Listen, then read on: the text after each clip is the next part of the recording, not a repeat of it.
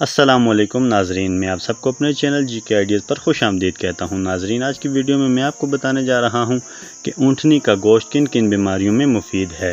Video शुरू करते हैं। ऊँटनी का गोश्त किन बीमारियों में काम आता है? टीबी, बदहज़मी, शुगर, कोलेस्ट्रोल, गैस, दमा, पथरी, तेज़ाबियत, लकवा, फालज, कैंसर,